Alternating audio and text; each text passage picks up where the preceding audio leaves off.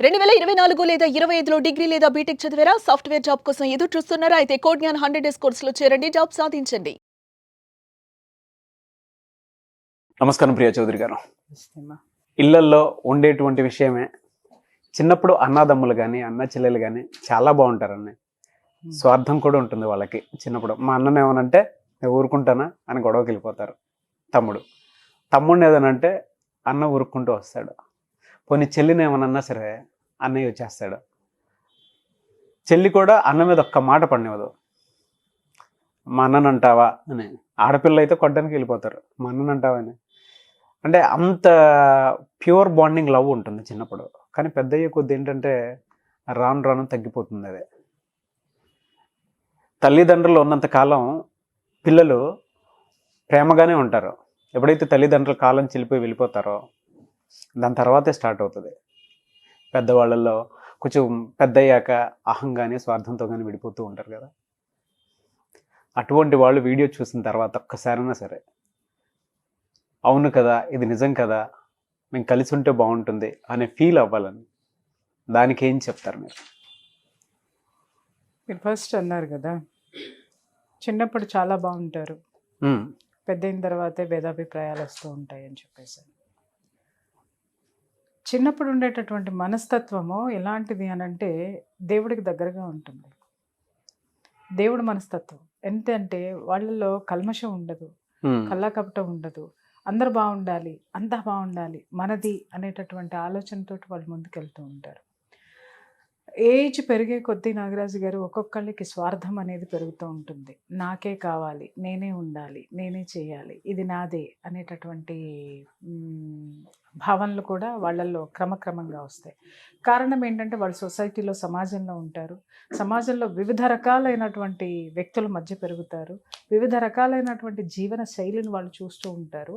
ఇక్కడ ఏమవుతుంది అనంటే కొంతమంది చూడండి, చిన్నప్పుడు ఎలాంటి మనస్తత్వంతో ఉంటారో, ఎంత మమేకమై ఉంటారో వాళ్ళు చివరి వరకు కూడా అదే క్యారీ చేస్తారు. అవును. కొంతమంది చూడండి, చిన్నప్పుడు చాలా ప్రేమగా ఉంటారు, తర్వాత ప్రేమ తగ్గిపోతుంది, వాళ్ళ జీవితం కోసం వాళ్ళు వెళ్ళిపోతారు. అంత వాళ్ళకి ఆ బాండింగ్ అనేది ఉండదు. కొంతమంది ఏం చేస్తారు అనంటే చిన్నప్పటి నుంచి బాగోనాళ్ళు కూడా ఒకానొక స్టేజ్లో రియలైజ్ అయ్యి మళ్ళీ బాగుండడానికి ప్రయత్నిస్తారు. ఇవన్నీ కూడా, ఈ చేంజెస్ అన్నీ కూడా మన జీవితంలో ఎందుకు వస్తాయి అనంటే మన చుట్టూ ఉన్నటువంటి సమాజం మనకు బోళ్ళని నేర్పిస్తూ ఉంటుంది. ఆ నేర్చుకునేది ఏ విధంగా నేర్చుకుంటున్నాము? ఒకటి గుర్తుపెట్టుకోవాల్సింది ఏంటి అనంటే, ఒక ఇంట్లో ఒక గర్భంలో పుట్టినటువంటి మనతో పుట్టిన వాళ్ళు మనకి శత్రువులైతే నీకు ఏ సంబంధము లేనటువంటి వాళ్ళు నీకు మిత్రులు ఎలా అయ్యారు? అది ఒక క్వశ్చన్ వేసుకోవాలండి ఫస్ట్. అవునండి. ఒకే గర్భంలో పుడతారు ఇద్దరు కలిసి.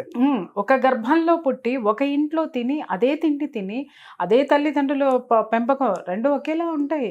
అదే పెంపకంలో అదే వాతావరణం మధ్య పుట్టినటువంటి మీరు ఒకటి కాలేనటువంటి వాళ్ళు, మీలో ప్రేమ అనేటటువంటి లేనటువంటి వాళ్ళు, సమాజములో మీరు దాన్ని ఎక్కడ వెతుక్కున్నారు? ఒకటి, ఇప్పుడు నీ తమ్ముడే నీకు తప్పు అని నువ్వు వేలెత్తి చూపించినప్పుడు, లేదా నీ అన్న నీకు తప్పు అని వేలెత్తి చూపించినప్పుడు, లేదా నీ అక్క చెల్లెళ్ళు తప్పు అని నువ్వు క్వశ్చన్ చేసేటప్పుడు, అరే అసలు నేను ఎక్కడి నుంచి వచ్చాను, తనేంటి, నేనేంటి, అసలు మేము ఎలా పెరిగాము, ఎలా ఉన్నాము అనేటటువంటి జ్ఞానాన్ని వీళ్ళు రాను గాలికి వదిలేస్తూ ఉంటారనమాట. ఏంటంటే వాళ్ళ చుట్టుపక్కల ఉన్నది మాత్రమే శాశ్వతం అనుకుంటారు, కానీ వాళ్ళ మూలాలు ఎక్కడ అనేది మర్చిపోవటం అనేది ఇక్కడ వచ్చిన పెద్ద ఇది. వీళ్ళ మీద ప్రభావం ఏంటంటే సమాజం ఒకటి ప్రభావితం చూపిస్తుంది. తర్వాత వీళ్ళ లైఫ్ పార్ట్నర్స్ వస్తారు. అది చూడండి, కొంతమంది పిల్లలు ప్రేమ వ్యవహారానికి వచ్చేసరికి విడిపోతారు. అంటే ప్రేమించడం ఒకళ్ళకి ఇష్టం ఉండదు, ఒకళ్ళకి ఇష్టం ఉంటుంది. అక్కడ విభేదాలు వస్తాయి. అన్నదమ్ములు కానీ, అక్క చెల్లెలు కానీ, అన్న చెల్లెళ్ళకి కానీ అక్కడ వస్తాయి. లేదు, ఎవరిలో స్వార్థం పెరిగినా రెండో వాళ్ళు వాళ్ళకి దూరం అయిపోతూ ఉంటారు. అలాంటి పరిస్థితులన్నీ కూడా వీళ్ళు సమాజం నుంచి తీసుకోవడం ఉంటుంది. అయితే మీరు అడగచ్చు, మేడం సమాజం నుంచి తీసుకుంటుందని అన్నారు, వీళ్ళ మైండ్ ఏమైంది అంటే వీళ్ళ బుద్ధి వీళ్ళకి పని చేయడం లేదా అనేసి మాట్లాడతారు. మీరు పని చెయ్యదు సార్. ఎందుకు అనంటే మనం బుద్ధి అనేటటువంటి దాన్ని సమాధి చేసేసి మనసు అనేటటువంటి దాన్ని ఇక్కడ చుట్టి నా మనసు అంటాం, కానీ నా బుద్ధి ఏమైందిరా అని ఎప్పుడు అనం. మనం ఆ మనసునికి ఎక్కువ స్వేచ్ఛనిచ్చేస్తాం. చూడండి, మనసు ఎప్పుడు స్వేచ్ఛను కోరుకుంటుంది, మనసు స్వార్థాన్ని కోరుకుంటుంది, మనసు విశృంఖలత్వాన్ని కోరుకుంటుంది. దానికి ఎక్కడా కూడా బౌండరీస్ ఉండవు, కళ్ళాలు లేవు. కానీ మన బుద్ధి ఉంది చూసారా, అది పర్ఫెక్ట్గా ఉంటుంది. నీ శరీరానికి, నీ మనసుకి, నీ జీవన శైలికి ఏది కావాలో కొలతలు ఉంటాయి దానికి. కాబట్టి ఆ బుద్ధిని మనము సమాధి చేసేయడం అనేది మాత్రం జరుగుతుంది. కాబట్టి నేను అడుగుతానండి, చాలామంది తెలుసుకోవాల్సినటువంటి విషయము, చాలామంది నేర్చుకోవాల్సినటువంటి విషయం ఏంటి అని అంటే, సమాజంలో ఇవాళ మొన్న మీకు పరిచయం అయినటువంటి వాళ్ళు మీకు అంత గొప్ప వ్యక్తులుగా కనపడి వాళ్ళ కోసం పరుగులు పెట్టి వాళ్ళ కోసం చాకరీలు సేవలు చేసేటటువంటి మీరు, రేపొద్దున వాళ్ళు మీ కడదాకా ఎవడొస్తాడో గుర్తుపెట్టుకోండి. మీరు పోయారు అని విన్న తర్వాత ఎంత శత్రువులైన మనస్సులో బాధ, కన్నీటి చుక్క నీ తోబుట్టిన వాళ్ళ నుంచే వస్తుంది. డెఫినెట్గా వస్తుంది. నేను చాలా సందర్భాల్లో చూశానండి. అన్నదమ్ములు కొట్టుకొని పడక ఆస్తుల దగ్గర ఏదో ఒక విధంగా సంవత్సరాలు 30-40 ఏళ్ళు మాట్లాడుకున్నటువంటి అన్నదమ్ములు, అన్న చనిపోయాడు అనగానే తమ్ముడికి ఒక విధంగా చెప్పాలంటే ఎక్కువ స్వార్థపరుడు తమ్ముడు. భరించలేక అన్న వెళ్ళిపోయాడు. వెళ్ళిపోయిన తర్వాత అన్న పేరెత్తితేనే వాడు అలా వీడిలా అనేటటువంటి మాట్లాడేటటువంటి మనస్తత్వం ఉన్నటువంటి వ్యక్తి అన్న చనిపోయాడు అని అనగానే అసలు ఫస్ట్ పట్టించుకోనట్టుగా యాక్ట్ చేశాడు. బట్ మధ్యాహ్నం అయ్యేసరికి వెక్కి వెక్కి వెక్కి వెక్కి ఏడవడం మొదలుపెట్టాడు. ఇక రాత్రి అయ్యేసరికి వీళ్ళ బంధువులు ఏమంటారు, మేము 40 ఏళ్ళ మట్టి 30 ఏళ్ళ మట్టి మనం ఏం చేసామో పట్టించుకోలేదు, మనం ఏమయ్యామో పట్టించుకోలేదు, నువ్వు ఎట్లా వెళ్తావు, నువ్వేం చేస్తావు, అసలు మనకి సంబంధాలు లేవు కదా అనేసి భార్య బిడ్డలు మాట్లాడారు. మాట్లాడినా సరే ఒంటి మీద బట్టలతోటి వాళ్ళన్న కరెక్ట్గా అతను వెళ్ళేసరికి శ్మశానం దగ్గర ఉన్నాడు. డైరెక్ట్గా శ్మశానం దగ్గరికి వెళ్ళి బోర్ని ఏడ్చినటువంటి సంఘటన నాకు తెలుసండి. అక్కడ అతను ఏడ్చింది ఏంటి అని అంటే, అన్నా నువ్వు ఎక్కడున్నా నువ్వు ఉన్నావనే ఒక భరోసా నాకుండేది, ఆ ఆత్మతోటి నేను చెప్పుకునేవాడిని. ఇప్పుడు ఎవరన్నా నాకు వింటారు. ఇప్పుడు అర్థమైంది నేను ఫిజికల్గా నేను నిన్ను ఎంత మిస్ చేసుకున్నాను అని చెప్పేసని ఆ ఏడుపు నాకు ఇప్పటికీ తలుచుకుంటే కళ్ళల్లో నీళ్ళు వస్తాయన్నమాట. నాకు కూడా, నాకు మా నాన్న గుర్తొస్తున్నారు. ఎస్, వాళ్ళిద్దరి మధ్య బాండింగ్ ఆ విధంగా ఉండింది. ఖచ్చితంగా ఉంటుందండి, ఖచ్చితంగా ఉంటుంది. ఆ ఏడ్చిన తర్వాత అప్పుడు మనిషి చనిపోయిన తర్వాత నువ్వు రియలైజ్ అయ్యావు. అదే 30 ఏళ్ల ముందు కనుక నువ్వు రియలైజ్ అయ్యి ఉన్నట్టయితే, మీరిద్దరూ కలిసి ఉన్నట్లయితే, మీ బాధలు, మీ కష్టాలు, మీ యొక్క ఉన్నతి, మీ యొక్క బలము ఎలా ఉండేదో. వీళ్ళిద్దరూ కొట్టుకోవడం వల్ల, వీళ్ళిద్దరూ విడిపోవడం వల్ల ఏమైంది, వీళ్ళకంటూ ఒక చుట్టాల సర్కిల్ ఎలా అంటే వీళ్ళు విడిపోయిన దాన్ని ఎవరికాళ్ళు వాడేసుకున్నారు అనమాట. అంటే ఏంటి, వాడంటే పడనాళ్ళు వీడి దగ్గరకు వచ్చి వాడి మీద చెప్పడము, ఇంకా ఎక్కువ గ్యాప్ పెంచుకుంటూ వెళ్ళిపోయారు. విషయం ఏంటంటే, వీళ్ళు విభేదాలు వచ్చి వీళ్ళు విడిపోయి వీళ్ళ జీవితాలు వీళ్ళు బ్రతుకుతున్నా, వీళ్ళిద్దరిని కలిపి బంధువులు ఎక్కడున్నా సరే వెటకారంగా మాట్లాడుకోవడం అనమాట. వాళ్ళు మాట్లాడుకోరుగా, వాళ్ళు అట్ట కదా, వీళ్ళు ఎట్ట కదా, వీళ్ళు ఇది కదా, వాళ్ళు అది కదా అని మాట్లాడుకోవటం.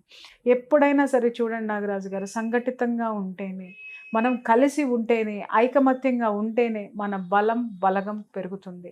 దాన్ని ఎప్పుడైతే మనం నాశనం చేసుకుని బయటకు వస్తామో, మన ఇంట్లో ఉన్నటువంటి విభేదాలు ఏవైతే ఉన్నాయో మీరు కూర్చుని పరిష్కరించుకునేవే అవన్నీ కూడా. పరిష్కరించుకోలేని దారిలోకి కనుక మీరు వెళ్ళారు అనంటే, ఇక్కడ మీ ప్లేస్లో ఎన్నో శక్తులు మీ చుట్టూ చుట్టేసి మిమ్మల్ని చివరికి ఒంటరి వాళ్ళని అయితే మాత్రం చేసేస్తాయి. అతను ఏడ్చాడు ఆ రోజు, శ్మశానంలో ఏడ్చాడు. ఎందుకంటే నాకు బాగా గుర్తు అనమాట, ఇది జరిగి ఒక 17-18 ఇయర్స్ బ్యాక్ ఇష్యూ అనమాట ఇది. అంటే వన్ ఆఫ్ మై జర్నలిస్ట్ అనమాట, ఫ్రెండ్. ఇక్కడ ఏంటంటే శ్మశానానికి ఆడవాళ్ళు కూడా వెళ్తారు కదా, అప్పుడే నాకు తెలుసు శ్మశానానికి ఆడవాళ్ళు కూడా వెళ్తారు అనేసి.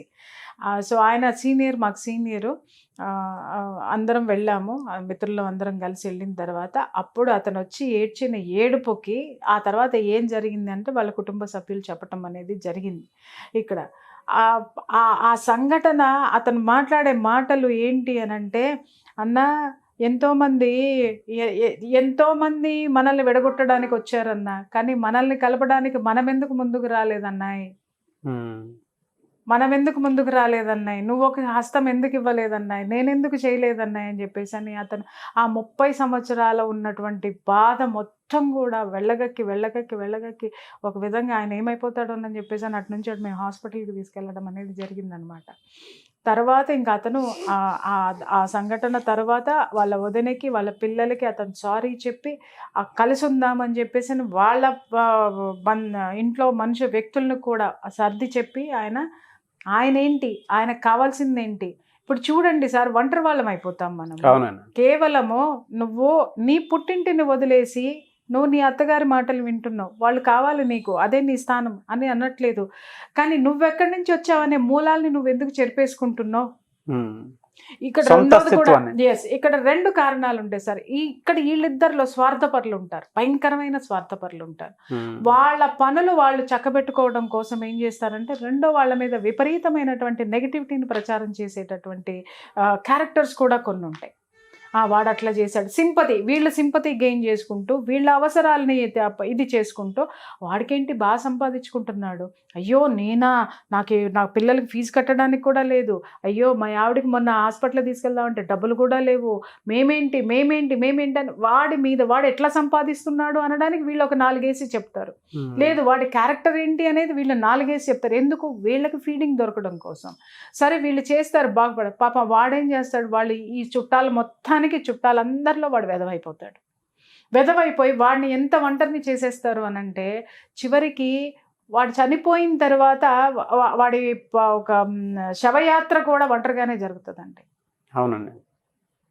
అవి చాలా చాలా బాధేస్తాయి. ఎందుకనంటే ఇంకొకటి ఒంటరిగా జరుగుతుందండి. ఎలా అని చెప్తున్నానంటే ఎవరు రారని కాదు, అందరూ వస్తారు. కానీ వచ్చిన తర్వాత అతను ఎలాంటి వాడు అనేదే మాట్లాడుకుంటారు, మంచితనం అనేది అక్కడ మాట్లాడరు.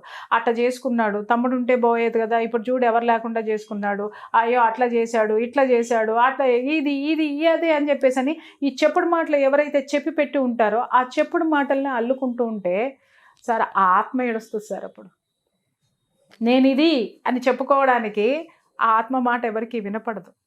ప్రతి ఒక్కళ్ళం కూడా నిద్రలో అలాగే ఏడుస్తాం. నన్ను నమ్మండి, నన్ను వినండి, మనం కలిసి ఉందాం, మనం బాగుందాం. ప్రతి ఒక్క ఆత్మ నిద్రలో మేలుకుని ఏడవకపోతే నన్ను అడగండి. ఇది నిత్యం జరిగేటటువంటిది సార్. ఎంతమంది మనకి బలగాలున్న రక్త సంబంధంలో ఉన్నటువంటి బలము అది ఎవ్వరూ పోర్చలేనటువంటిది సార్. ఆ యొక్క నైతికంగా బలం ఉంటుంది, మనకి ఆర్థికంగా కూడా బలం ఉంటుంది. ఒకళ్ళకొకళ్ళు హెల్ప్ చేసుకోవడంలో కూడా చాలా మంది ఉంటారు. చిన్నప్పుడే చాలా సాక్రిఫైస్ చేసి ఉంటారండి అన్నదమ్ములిద్దరు. చిన్నప్పుడే చాలా సాక్రిఫైస్.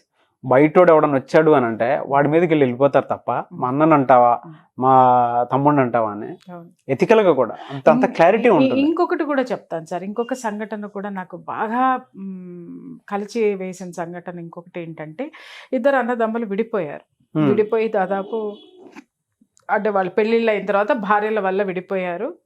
భార్యల వల్ల విడిపోయారు అనేది నేను యాక్సెప్ట్ చేయను. భార్యల వల్ల మీరు మిస్కమ్యూనికేషన్ క్రియేట్ చేసుకుని మీ బుద్ధి ఏమైంది, మీ ఇది ఎక్కడికి పోయింది, మీ నాలెడ్జ్ ఎక్కడికి పోయింది, భార్యల మీదకి నెట్టేసి మీరు అసహాయులై విడిపోయారు. విడిపోయిన తర్వాత సార్ ఈ యువతల వ్యక్తి అందులో ఒకానొక పర్సన్ చాలా స్ట్రగుల్స్ ఫేస్ చేశాడు అనమాట. డబ్బుంది, ఎక్కడ ఆరోగ్యం లేదు, డబ్బుంది కానీ ఎక్కడ మనశ్శాంతి అనేది లేదు. ఎక్కడ చూసినా సొసైటీలో ఎక్కడ చూసినా అతనికి వ్యతిరేకత వస్తుంది. ఒక బిడ్డ పెళ్లి చేశాడు, ఆ బిడ్డ పెళ్లి కాస్త చాలా ఉన్నతమైనటువంటి కుటుంబాలకి ఇచ్చి చేశాడు. ఉన్నతమైనటువంటి కుటుంబానికి ఇచ్చి చేసిన తర్వాత వాళ్ళు ఏం చేశారు, అక్కడ ఏదో జరిగింది, పాప అమ్మాయి డివోర్స్ వరకు వెళ్ళి ఆ గొడవలే ఇంటికి వచ్చారు. ఎక్కడ చూసినా మనశ్శాంతి లేదు సార్. ఇతని చుట్టూ పెద్ద సర్కిల్ ఉంది. ఎవరి దగ్గరికి వెళ్ళినా కూడా ఏం మాట్లాడతారంటే ఇవాళ రేపు అంతే కానీ విడాకులు ఇచ్చేసేయి అని ఒకళ్ళు చెప్పటం, ఇంకొకళ్ళు ఏమో ఏముంది ప్రపంచమంతా ఇట్లనే ఉందిరా, ఏం చేస్తామని ఇంకో పెగ్గు మందు ఎక్కువ తాగు అని చెప్పడము.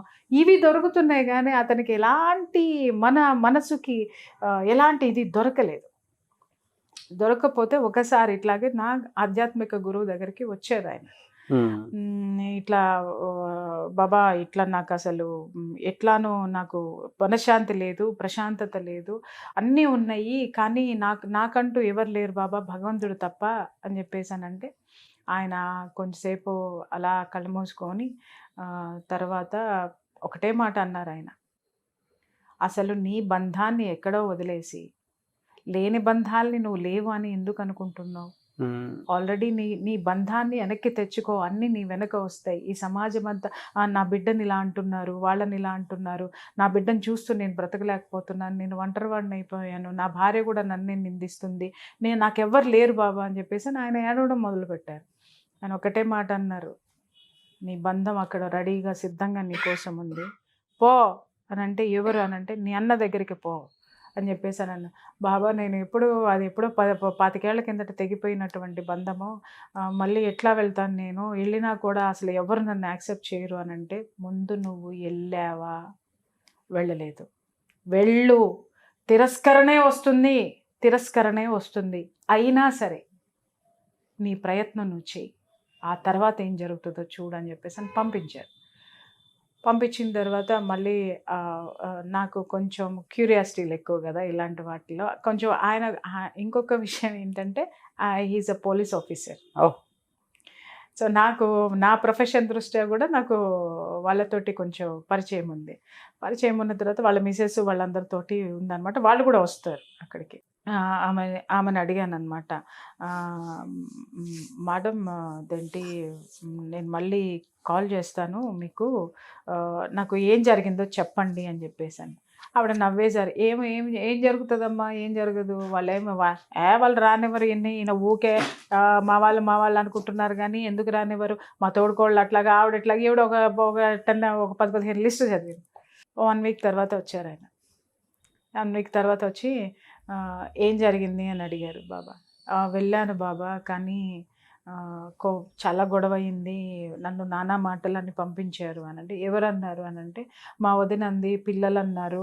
మీ అన్న అంటే, ఏమనలేదు బాబా, ఒక్క మాట కూడా అనలేదు, సైలెంట్గా కూర్చున్నాడు, నా మనసు బాధేసింది అని అంటే, అప్పుడు ఆయన అన్నారు, అన్నదెవరు, నీ వాళ్ళు కాదు, ఆయన సైలెంట్గా ఉన్నాడు అంటే అర్థం ఏంటంటే, నువ్వెంత బాధపడుతున్నావో అతనిలో కూడా అంతే బాధ ఉంది, పో మళ్ళీ పో అని చెప్పి మళ్ళీ పంపించి, అట్లా 2-3 సార్లు పంపించిన తర్వాత 4వసారి ఆయన ఎమ్మటి పెట్టుకొని వచ్చారు. వచ్చి బాబా ఆయన పాదాల మీద పడిపోయి అసలు విపరీతంగా ఏడ్చేశారు అన్నమాట. బాబా అసలు నాకు ఇవాళ నేను ఎంతో గొప్ప సంపన్నుని అనిపిస్తుంది, నేను సంపాదించినటువంటి ఉద్యోగము, ఈ సంపాదన, నాకున్న నేము, ఫేము ఈరోజు మా అన్న ముందు దిగదుడుపు, ఇవాళ నాకు ఎన్నో 1000 ఏనుగుల బలం వచ్చింది. ఇంకొకటి, మా అన్న మా ఇంటికి రాగానే చేసిన మొట్టమొదటి పని ఏంటి అని అంటే, కూతురు అత్తమామ ఇంటికి నడువురా, ఏం మాట్లాడతారో ఏం చేస్తారో చేద్దామని ఫస్ట్ ఆయన ఇంటికి కూడా రాలేదు. ఆయన చెప్పులు వేసుకొని అటు నుంచి అటే కూతురు యొక్క అత్తమామల దగ్గరికి వెళ్ళి వాళ్ళకి సర్ది చెప్పి, వాళ్ళు ఎలా ఉన్నారు ఏంటి అనేది, ఈ పిల్ల తరపున తప్పులున్నా కూడా ఆయన క్షమాపణ చెప్పి, ఇక నుంచి మా పిల్లని ఇట్లా మేము చాలా జాగ్రత్తగా చూసుకుంటామని చెప్పేసి అని ఆయన సెట్ చేసి, ఫస్ట్ కూతురు కాపురాన్ని సెట్ చేసి తర్వాత ఈయన ఇంటికి వచ్చాడు. సొంత అస్తిత్వానికి ఉన్నటువంటి బలం అది. ఎగ్జాక్ట్లీ. ఎప్పుడైతే అన్న ఇంటికి వచ్చాడో, ఈ వీళ్ళ మీద ఎగదోసే వాళ్ళందరూ ఉన్నారు కదా, ఇక వాళ్ళందరూ మెల్లగా సైడ్ అయిపోవటం మొదలుపెట్టారు.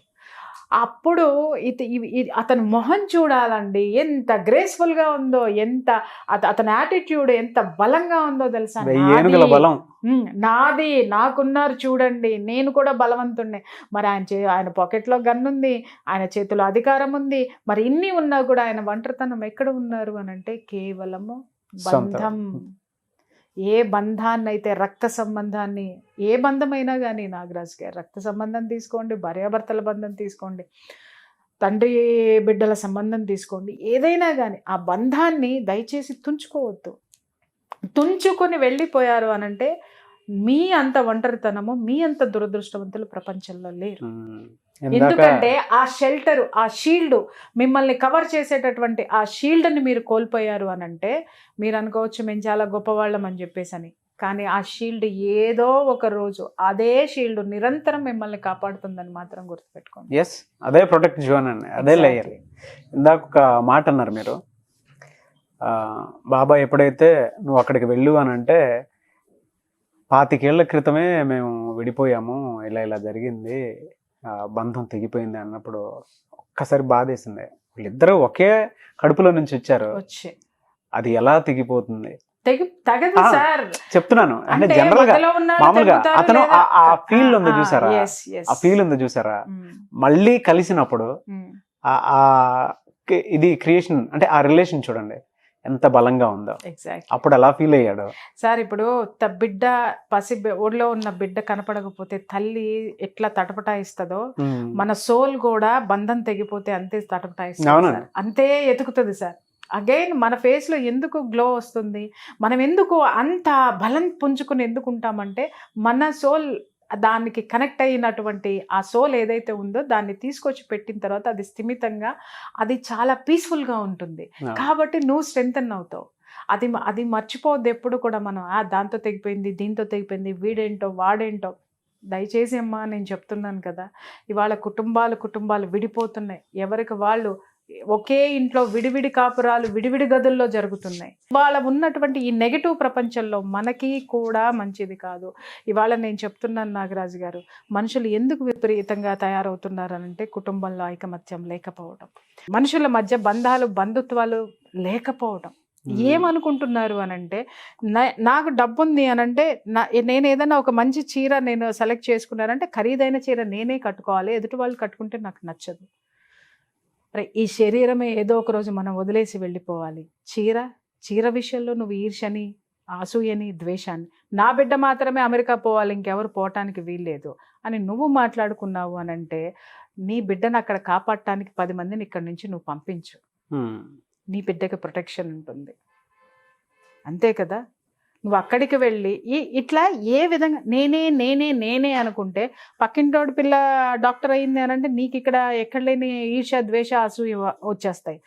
అది డాక్టర్ అవ్వకపోతే రేపొద్దు నీకు ఎవరు వైద్యం చేస్తారు? అవును. పక్కింటోడు మిలిటరీ ఆఫీసర్ అవ్వకపోతే దేశాన్ని ఎవడు కాపాడుతాడు? నీ ఇంట్లో ఉన్నటువంటి నీ అన్న కూతురో, నీ తమ్ముడు కూతురో, నీ చెల్లెలు కూతురో గొప్పది అవ్వకపోయి ఉంటున్నట్టయితే నా కుటుంబం పలానా అని నువ్వు గర్వంగా ఎక్కడెత్తి చూపించుకుంటావు? ఎవ్వరూ ఉండొద్దు, నువ్వు మాత్రమే ఉండాలి అనుకుంటే నీకు చరిత్ర ఎక్కడ ఉంటుంది చెప్పుకోవడానికి? నువ్వు మాత్రమే గొప్పదాని అనంటే ప్రపంచం తీసుకోదు.